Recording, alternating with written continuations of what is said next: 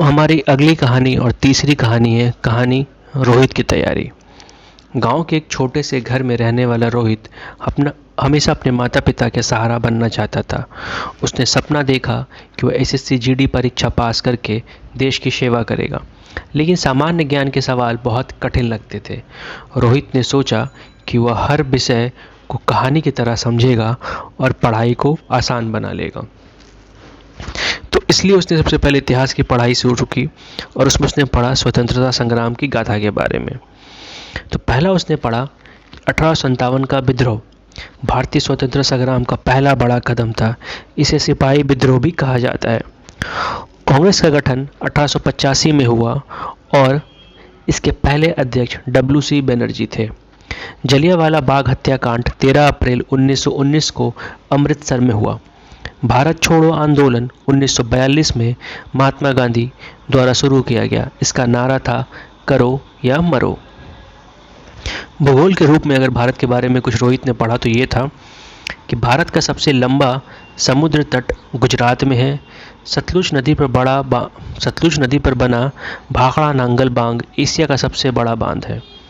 भारत की प्रशासनिक केंद्र नई दिल्ली और यह अरावली पर्वतमाला के पास स्थित है। ठीक है। हिमालय विश्व में सबसे ऊंची पर्वतमाला है और इसकी सबसे ऊंची चोटी माउंट एवरेस्ट है। भारतीय संविधान और राजनीति। भारतीय संविधान 26 जनवरी 1950 को लागू हुआ। संविधान की प्रस्तावना में 5 प्रमुख शब्द हैं: समाजवादी, धर्मनिरपेक्ष, गणराज्य, संप्रभु, लोकतांत्रात्मक। भारत के पहले राष्ट्रपति डॉक्टर राजेंद्र प्रसाद थे। राज्यसभा के सदस्य 6 साल के लिए चुने जाते हैं, जबकि लोकसभा के सदस्य 5 साल के लिए। विज्ञान रोचक तथ्य। विज्ञान को रोचक बनाने के लिए रोहित ने इसे कहानी में बदला। पानी का रासायनिक सूत्र H2O है। प्रकाश की गति 3 लाख किलोमीटर पर सेकेंड है। शरीर में सबसे छोटी हड्डी स्टेप्स है जो कान में होती है।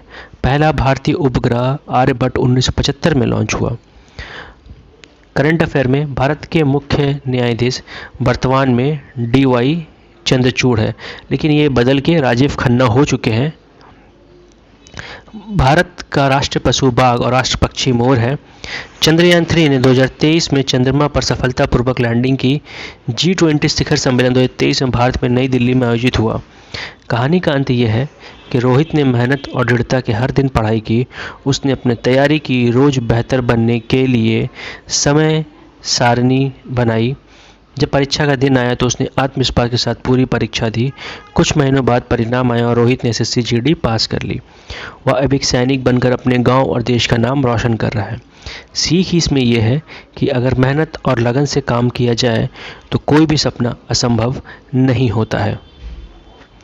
देखने के लिए thank you and all the best for your exams.